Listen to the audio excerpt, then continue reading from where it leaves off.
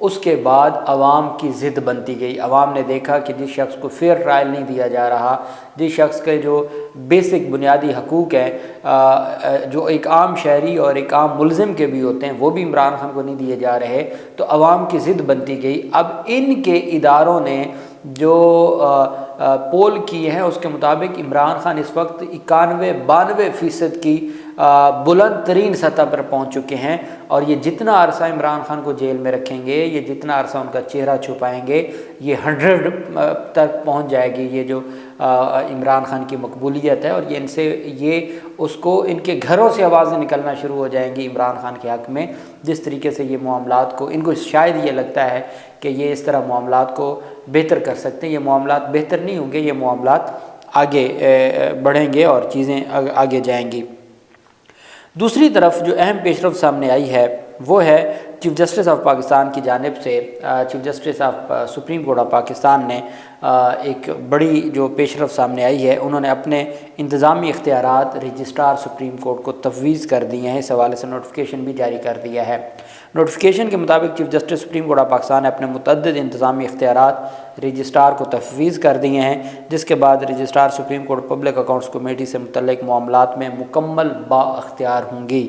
Public accounts committee سے متعلق امور پر رجسٹرار کا فیصلہ فل کورٹ یا چیف جسٹس کی منظوری سے مشروط ہوگا۔ آڈٹ اور محکمانہ اکاؤنٹس کمیٹی سے متعلق امور بھی رجسٹرار چیف جسٹس کی منظوری سے انجام دیں گی۔ سپریم کورٹ کا سالانہ بجٹ پلان بھی رجسٹرار چیف جسٹس کی منظوری سے حتمی شکل دیں گی، اور اس میں کمیٹی نہیں بنائی گئی۔ اس میں جہاں رجسٹرار نے منظوری لینی ہے، چونکہ انتظامی اختیارات ہیں، تو وہاں صرف چیف جسٹس کا لفظ استعمال ہے۔ صرف بینچوں کی تشکیل کی حد تک 3 رکنی کمیٹی ہے، جو قاضی فیض عیسیٰ صاحب چاہتے تھے کہ بینچوں کی تشکیل 3 رکنی کمیٹی کرے، جبکہ باقی جتنے بھی اختیارات ہیں جو انتظامی اختیارات ہیں وہ چیف جسٹس نے اپنے پاس رکھے ہیں۔ ان کا ظاہری طور پر اختیار تو دیا ہے رجسٹرار سپریم کورٹ کو، لیکن ultimate authority chief justice of Pakistan خود ہیں، اور چیف جسٹس کی منظوری سے ہی سارے معاملات آگے چلیں گے، اور یہ جو چیزیں ہیں انتظامی سپریم کورٹ آف پاکستان کے انتظامی معاملات ہیں، یہ آگے بڑھیں گے۔ دوسری طرف ایک اہم اپلیکیشن تھی سابق ڈی جی ISI کے خلاف کیس کے لیے درخواست گزار متعلقہ فورم سے رجوع کریں۔ ایسا کیوں کہا گیا سپریم کورٹ کی جانب سے؟ سپریم کورٹ میں ایک پرائیویٹ ہاؤسنگ سوسائٹی کی مالک جانب سے جنرل ریٹائرڈ فیض حمید کے خلاف درخواست نمٹاتے ہوئے عدالت نے کہا کہ سابق ڈی جی ISI اور ان کے معاونین کے خلاف شکایت کے ازالے کے لیے وزارت دفاع سمیت متعلقہ فورم سے رجوع کریں۔ 3 رکنی بینچ تھا۔ چیف جسٹس قاضی فیض عیسیٰ، جسٹس امین الدین خان اور اطہر من اللہ سپریم کورٹ کے بینچ نے ٹاپ سٹی ہاؤسنگ اسکیم کے مالک معیز احمد خان کی درخواست کی جانب سے دائر درخواست پر سماعت کی۔ درخواست گزار کے مطابق 12 مئی 2017 کو پاکستان رینجرز اور انٹر سروسز انٹیلیجنس ISI کے اہلکاروں نے دہشت گردی کے ایک مبینہ کیس کے سلسلہ میں ٹاپ سٹی کے دفتر اور معیز خان کی رہائش گاہ پر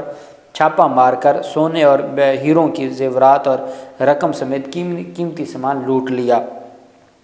درخواست گزار نے کہا کہ لیفٹیننٹ جنرل ریٹائرڈ فیض حمید کے بھائی سردار نجف نے ثالثی کی اور مسئلہ حل کرنے کی کوشش کی۔ بریت کے بعد جنرل ریٹائرڈ فیض حمید نے معیز خان سے ان کے کزن کے ذریعے ملاقات کا بندوبست کرنے کے لیے رابطہ کیا، جو کہ فوج میں ایک بریگیڈیئر ہیں۔ درخواست میں دعویٰ کیا گیا کہ ملاقات کے دوران فیض حمید نے درخواست گزار کو کہا کہ وہ چھاپے کے دوران چھینا گیا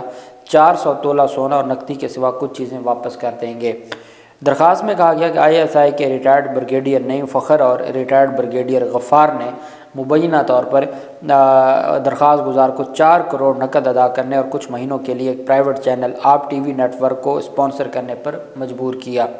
درخواست کے مطابق ISI کے سابق عہدیدار ارتضیٰ ہارون،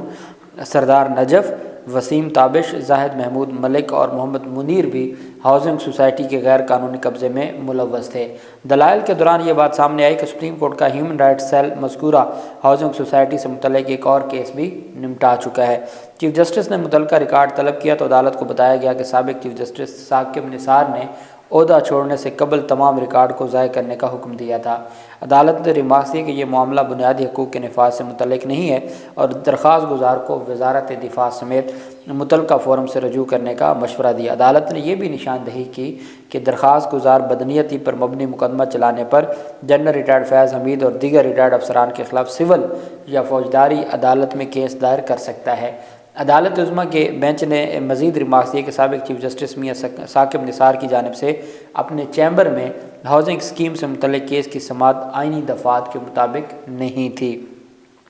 سابق چیف جسٹس ثاقب نثار نے اپنی ریٹائرمنٹ سے ایک روز قبل زاہدہ جاوید اسلم نامی خاتون کی جانب سے دائر کی گئی شکایت پر سماعت کے بعد معز احمد خان کو کلیئر قرار دیا تھا۔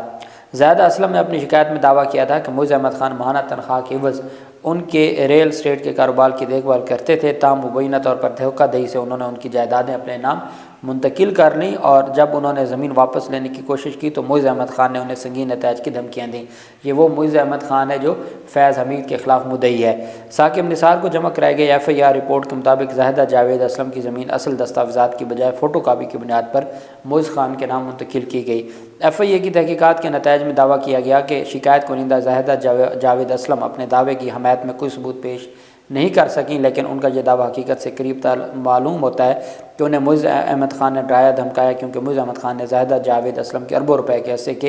حصے کی مد میں انہیں کچھ بھی ادا نہیں کیا۔ ایف آئی اے کی تحقیقاتی رپورٹ میں یہ نتیجہ اخذ کیا گیا کہ یہ زیر بحث جائیداد سے متعلق ڈیل نہ تو عام حالات میں عمل پذیر ہوئی اور نہ ہی رجسٹرار آفس اسلام آباد کی جانب سے دستاویزات کی فوٹو کاپیوں کی بنیاد پر ملکیت کی منتقلی کا عمل شفاف طریقے سے سر انجام دیا گیا۔ وہ مقدمہ تھا، اس مقدمے میں کارروائی ہوئی اور اس بنیاد پر اب یہ الیج کیا گیا کہ جی جو سابق D G I S I ہیں ان کی ایما پر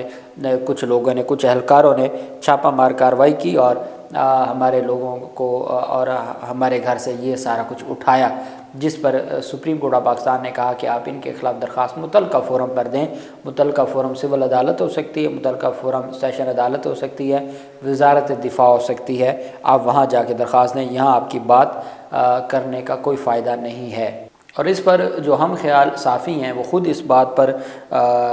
کافی نالاں ہیں کہ جب فیض حمید کا معاملہ آ گیا تھا سپریم کورٹ میں تو سپریم کورٹ ہر صورت فیض حمید کے خلاف کارروائی کرتی، تو انہوں نے اس درخواست کو نمٹایا کیوں ہے؟ بہرحال سپریم کورٹ بھی قاعدے اور قوانین کی پابند ہے، اور جب معاملہ ڈائریکٹ 184(3) میں نہ مفاد عامہ کا معاملہ، کسی کا پرائیویٹ معاملہ نہیں سپریم کورٹ آف پاکستان آ سکتا، وہ مفاد عامہ کا معاملہ ہو یا بنیادی انسانی حقوق کا معاملہ ہو تب ہی وہ سپریم کورٹ آ سکتا ہے۔ اور یہ اطہر من اللہ صاحب نے بار بار جب اس کے اوپر کہا کہ یہ معاملہ ڈائریکٹ سپریم کورٹ سن ہی نہیں سکتی، تو اس بنیاد پہ پھر جو چیف جسٹس ہیں قاضی فیض عیسیٰ صاحب، انہوں نے یہ معاملہ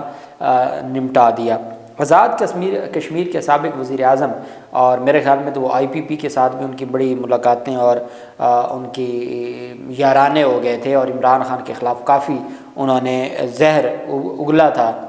سابق وزیر اعظم آزاد کشمیر سردار تنویر، ان کے بیٹے کو وفاقی دارالحکومت اسلام آباد میں شراب اور خنجر ساتھ رکھ کر گھومنے کے الزام میں گرفتار کیا گیا ہے۔ اسلام آباد پولیس نے حمزہ تنویر الیاس کو تیز رفتاری اور غفلت سے ڈرائیونگ کرنے پر روکا تو اس سے شراب اور خنجر بھی برآمد ہو گئے۔ پولیس نے حمزہ تنویر الیاس کو گرفتار کر کے اس کے خلاف مقدمہ درج کر لیا ہے، حالانکہ یہ ان کے خاص آدمی ہے، لیکن پتہ نہیں پولیس کو پتہ نہیں چلا ہوگا کہ یہ وہ سابق وزیر اعظم ہے جس نے عمران خان کے خلاف بہت کچھ بولا ہے اور عمران خان کے خلاف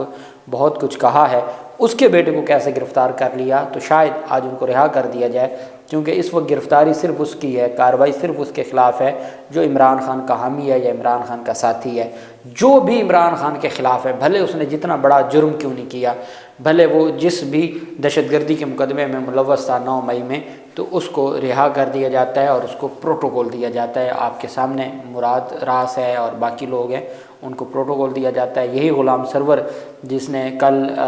جلسہ کیا آئی پی پی کا، یہ جو جی ایچ کیو حملہ کیس ہے اس میں یہ ملوث تھے، اور باقاعدہ طور پر